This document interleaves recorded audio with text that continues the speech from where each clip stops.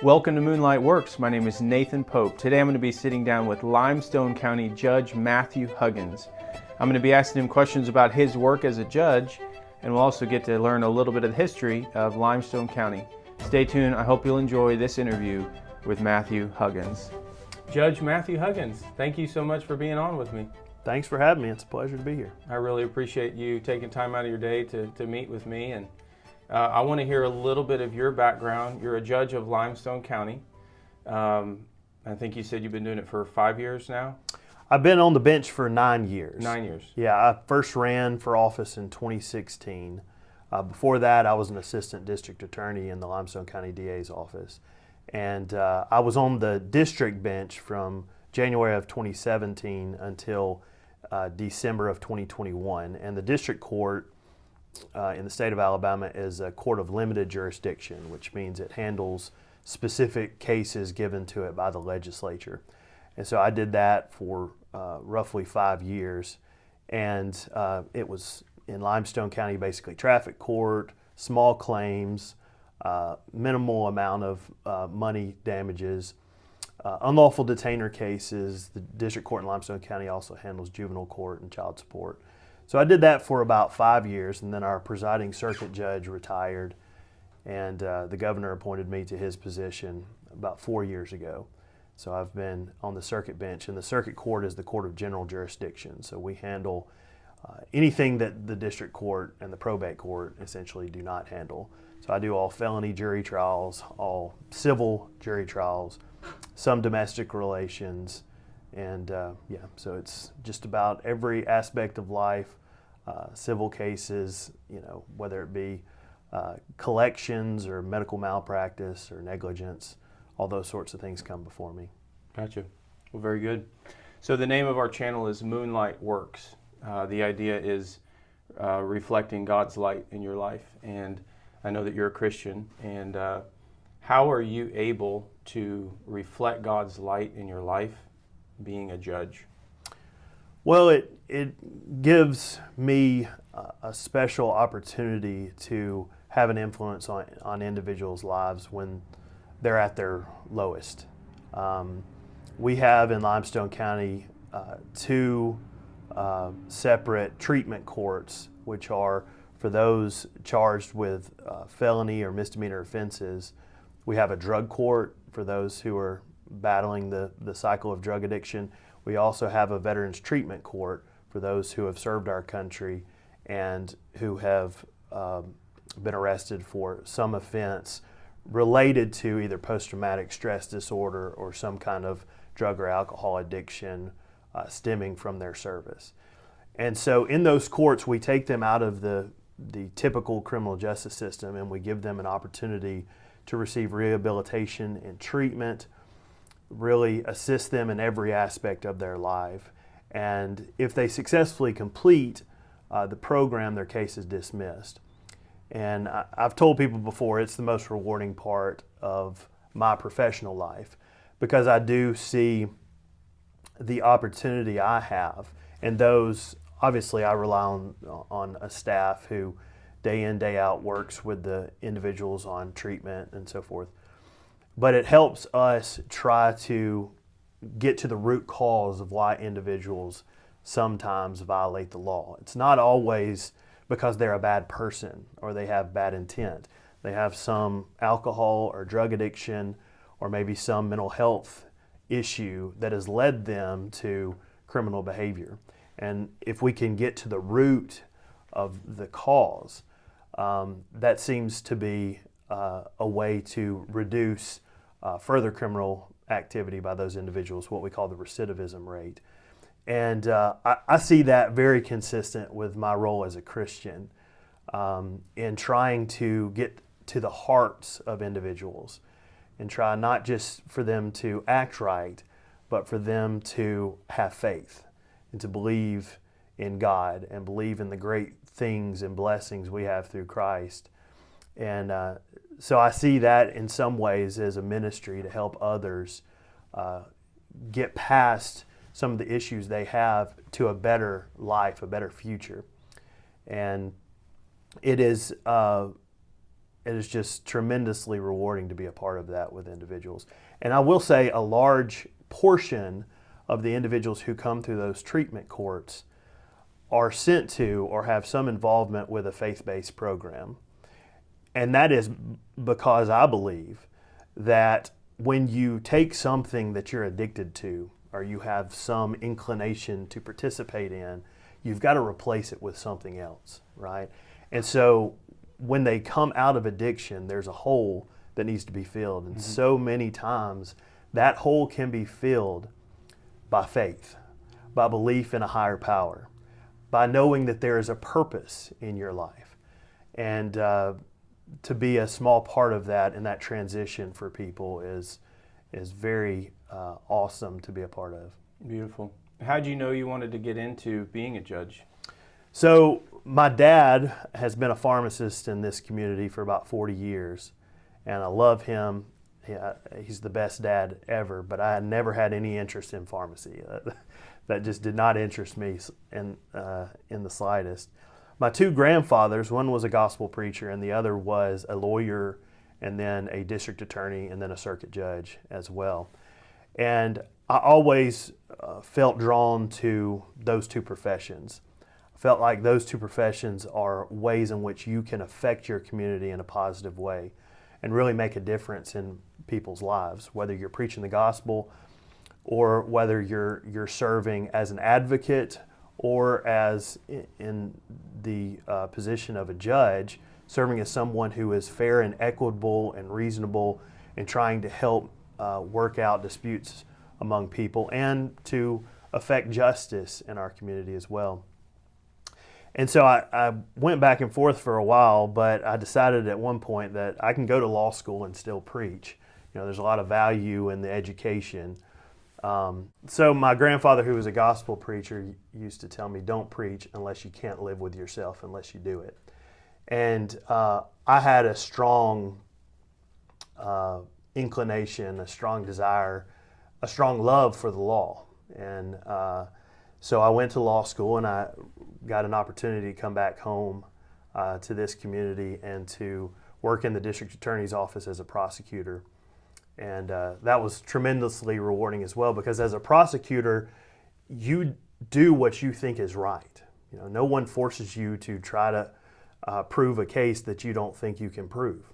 You know, if you don't think the evidence is sufficient, you can dismiss the case.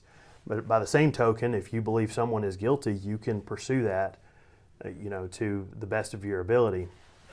And so every path I've been on has been something that I've enjoyed and that I appreciate the opportunity to be able to do. So very good. What would you say are some of the biggest rewards of being a judge, and also some of the biggest challenges? Right. So some of the biggest rewards are, the gratification I receive when I see folks who change their life for the better. Sometimes we'll send individuals to rehab. Sometimes we'll send them for mental health treatment.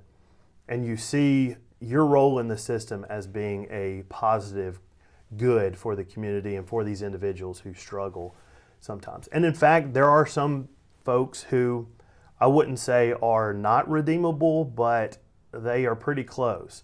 And so with those individuals, you have to have a firm hand and give a firm just penalty.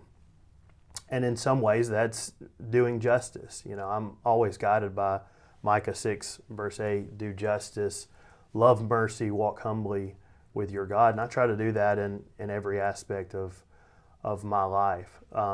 From the difficulties of being on the bench, obviously it comes with a lot of difficult decisions, which can lead to stress. But I rely strongly on faith and on prayer to work through some of those issues. And that's why I felt comfortable with my decision to run for a judgeship, because I knew I have faith and I have God on my side and I can rely on Him. Cast your cares upon Him because He cares for you. And so that's a tremendous comfort, even though at times they're very difficult decisions to be made. Not every judge is a Christian. And I think you were telling me one time that sometimes it's discouraging to see other people in your profession that don't have faith, and what do they turn to when they have stress like you talked about? Well, we have a serious problem among the legal profession with alcoholism and drug use.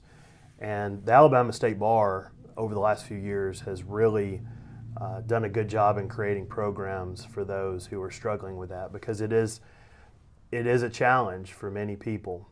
And I feel for those individuals, but it's part of letting your light shine. You know, you hope that if they see your faith and see how you cope with life's difficulties, hopefully that will be a shining light to them so that they can replace their struggles with addiction with a faith in God and obedience to Christ. Mm-hmm.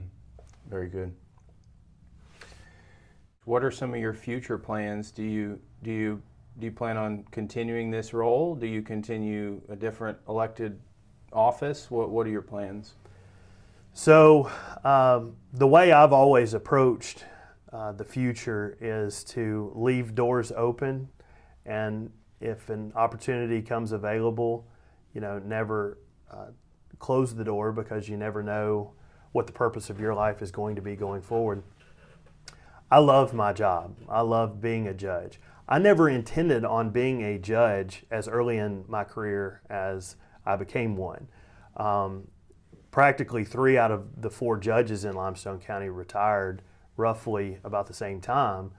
And so I thought, well, typically running against an incumbent judge is difficult to overcome politically, but also you get to know the judges personally, and you really don't want to do that, or I didn't. But when there are openings, that's your opportunity. And so even though it wasn't really the way I had planned it, running for office that early, I thought, here's the opportunity. I need to walk through that door. Mm. And so I look at life the same way going forward, as I would love to spend the rest of my career on the circuit bench, and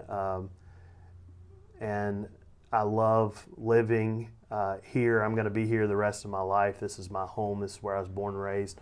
Lived here my whole life except for the few years I was in college. But at the same time, I don't want to close any doors that may come open. So I have no plans other than to continue serving in my capacity as the circuit judge, and am looking forward to doing that and continuing to try to be a good influence in the community going forward. Mm-hmm. Very good. What are some misconceptions that you think people may have towards being a judge? It's obviously not all easy. It's in many cases you're having to take some serious cases. Right. What are some misconceptions that people have? The first misconception I would say is the community or people at large don't always know what the law is. My oath as a judge is to uphold the law. It's not to do what I want to do, right? I have to follow the law. And sometimes I make decisions that aren't always the decisions I would make if there were no law and I was a monarch and just got to decide what to do. I think it was Justice Scalia from the United States Supreme Court who said any judge who makes all the decisions he personally agrees with is a bad judge, because he's imposing his own personal views rather than following the law. And so I think a lot of times with decisions that are made and criticisms that are made, I think a misconception is that I can essentially do what I want to do, but I'm restrained by the rules of law, which I think is right and I think is good, because that's the foundation of our governmental system and our country, going back to 1776, is that no man is above the law reigns supreme, and that way we can all maintain our freedoms that we enjoy and appreciate. So I would say people maybe not understanding what the law is in a particular area and criticizing my decision when I simply upheld the law. I think there is a general misconception too about how political being a judge can be. Now, I certainly would admit that there are some judges who do use their political beliefs to further an agenda. But most of the judges I know here in Alabama, we strive to be fair and impartial and neutral in every case, and try to take the facts of the case and apply it to the law as best we can, with a clear conscience. And so while some of the time the decisions that are made appear political, sometimes they're not always political. Now, judges have different interpretations of statutes, a lot of times based upon which political party that nominates them or that they're a part of. But by and large, I have found Alabama judges to be to work very diligently to try to just uphold the law to the best of their ability. Gotcha. So you mentioned fair and impartial, and you also quoted Micah 6:8. To do justice, to love mercy, and to walk humbly with your God. Sometimes as you look at it on the surface, it looks like those two are contradictory, to be fair and impartial, but then also to love mercy. I've heard it said before that justice is getting what you deserve. Mercy is not getting what you do deserve. So how are you able to continue to act with being fair and impartial, but still love that mercy? Well, in areas where the law gives the judges discretion, there's sometimes where the law is clear and there can be no deviation from that because it's the law. But where there is discretion given, you try to take in as much information and as many facts as you can to try to make the best decision you can. Weighing and balancing, okay, this is just, but to what extent does this person warrant mercy? And that's the good thing about our relationship with God is none of us warrant mercy, but He gives it to us freely. In a human court system, under the rule of law, a lot of times I'll look, for instance, when sentencing a criminal defendant who's been convicted by a jury, look at whether there's any remorse, whether they demonstrate a feeling of guilt or shame about it, to what extent that there are extenuating or mitigating circumstances.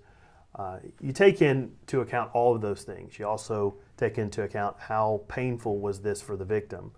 What are the future repercussions of this criminal behavior? To what extent is this sentence going to be a deterrent to others not to do this? To what extent is this properly punishing this individual for what he did? You take into account all those things. And I think in that process is trying to mesh the two principles together. That obviously you're not going to give everyone the max sentence you can, otherwise that would probably be unjust and unmerciful. But you're also not going to give the most lenient sentence on someone who doesn't deserve it, because that would not be just. So there are sentences that I think that are just and, if appropriate, show a proper amount of mercy at the same time. And that it just depends on a case-by-case basis. And, making those decisions sometimes can lead to that stress I talked about. But being able to rely on prayer and faith helps you through those decisions and, make decisions that you feel are both just and merciful at the same time. Limestone County has a history, a pretty interesting history. You had mentioned Judge Horton a little while ago. Now, the story itself was a tragedy when you think about it, but tell me a little bit about the story. What happened?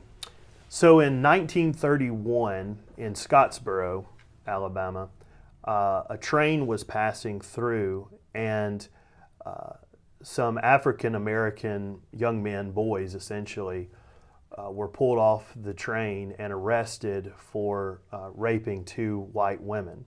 The circumstances were that as the train was going down the tracks headed towards Scottsboro, there was some young white men, young white boys essentially, and they got into a fight with some African American boys, and the white young men got pushed off the train, and say they go and they report to the authorities, hey, they assaulted us, they attacked us. Well, when it gets pulled over in Scottsboro, they pull the young black men off the train, and they're in the company of two white women who then make a claim of rape against them. They see a doctor. There's no physical evidence to support the claims, which if they were true, there would be physical evidence. They had an expedited trial of these young black boys in Scottsboro, one-day trials they did give them attorneys, but no preparation, not really much of a defense. They're all convicted and sentenced to death. This case gets appealed ultimately to the United States Supreme Court, who reverses the decision, sends it back for a new trial. Venue is changed from Jackson County, where Scottsboro is, to the 8th Judicial Circuit, which then was Limestone, Morgan, and Coleman counties. And one of the judges was from Athens, and he was the judge who was assigned the case, James Horton, who was a circuit judge, which serving the same position I now serve. And one of the reasons they called them circuit judges is because they would have to travel back then from county to county. Well, he tries the case, and once again, there's no evidence to support the allegations. In fact, one of the white women recant and say, no, we made it all up. The doctor testifies that there's no evidence to support the allegations, which, based upon the allegation of rape, there would be. And nevertheless, the jury finds Haywood Patterson, who was the first defendant, tried guilty. Judge Horton then received a motion to set aside the jury's verdict and order a new trial from the defense. And he set it for a ruling in the Limestone County Courthouse in the very same courtroom that I have the honor to serve now. So I consider that a very special privilege. But Judge Horton set aside the guilty verdict and ordered a new trial. And to do that under those circumstances in the Jim Crow South took tremendous courage. And in fact, the next election he was defeated. He won Limestone County, but he lost Morgan and Coleman counties. And in honor of his service and of his courage, several years, almost 10 years ago now, there was a statue placed on the west side of the courthouse in his honor, stating with a plaque stating the facts of the Scottsboro Boys case and the tremendous courage that he exhibited. And I believe he also said that he had learned from his mother's knee the concept of let justice be done though the heavens may fall, that there is nothing more important than justice being done. And he knew, any reasonable minded person knew that there was no evidence to support these charges. And he made the very tough decision, but he made a great decision.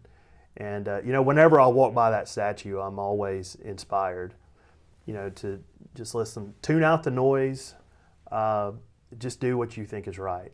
I heard the other day, Lou Holtz, who's a famous college football coach, died the other day, and I remember hearing him say in the past that he had 3 rules to life. Number 1, always do the right thing. It's never the right time to do the wrong thing. It's never the wrong time to do the right thing. Number 2, work hard at whatever you do.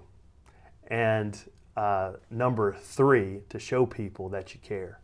And I've thought about that, and I think, really that's like the 2 greatest commandments Jesus told us. Love the Lord your God with all your heart, with all your soul, with all your mind, with all your strength, and love your neighbor as yourself. If you do those things, then you will have a positive influence and help others see the light of Christ coming through you. Yeah, beautiful. When Judge Horton was writing some statements about that trial you were talking about, he actually wrote down in some of his notes, deliberate injustice is more fatal to the one who imposes it than to the one on whom it is imposed. And I think that shows to him he was a man of faith, and I think that shows to me that he recognized that there were eternal consequences for being the one to let injustice continue. He also, I don't know if you knew this, in his campaign speech, the campaign that he lost to the other judge that was newly elected, he wrote at the very top, he wrote, "Ye shall know the truth, and the truth shall make you free." Mm-hmm. And I thought that was beautiful, and that just kind of shows the kind of man Judge Horton was. I can't imagine the weight of having to make that decision, especially like you said, in the South at that time. So, and I've heard from anecdotally from family members and so forth that he always said, from a legal perspective, it wasn't that difficult of a decision. There was no evidence to support the conviction. Now, obviously, judges having to be elected in Alabama, it was a very difficult political decision, but that didn't seem to bother him. He knew what the right thing to do was, and he did it. Under the law, it was the right thing to do, and morally, it was the right thing to do. Yeah. He also said, "The victim may die quickly and his sufferings cease, but the teachings of Christianity and the uniform lesson of all history illustrate without exception that its perpetrators not only pay the penalty themselves, but their children through endless generations." Yeah. And, so many times we forget that sin doesn't just affect us. Sin affects not just those that are around us, our family, our friends, but it can even affect the next generation. It can affect our kids, our grandkids, our great-grandkids, and so... That reminds me of something that Mark Twain once said about anger. And he said, anger is more, something to this effect, anger is more corrosive on the vessel in which it's stored than upon the object on which it's poured. Mm-hmm. Right? So if we as a society do not uphold the fundamental freedoms and equal justice under the law, that says more about us than it does about, the victim in the circumstance. And I think that's absolutely right, and just as a testament to what kind of man he was. Mm-hmm. Jesus said once, "What shall it profit a man if he gains the whole world and loses his own soul?" I think in that example, Judge Horton could have just let it ride, and he may have been elected as a judge, next. But he chose not to, and he lost his career because of it. And so, what a great example. And I appreciate the work you're doing as a judge as well, because being a man of faith, I recognize that you see the value in fair and impartial justice.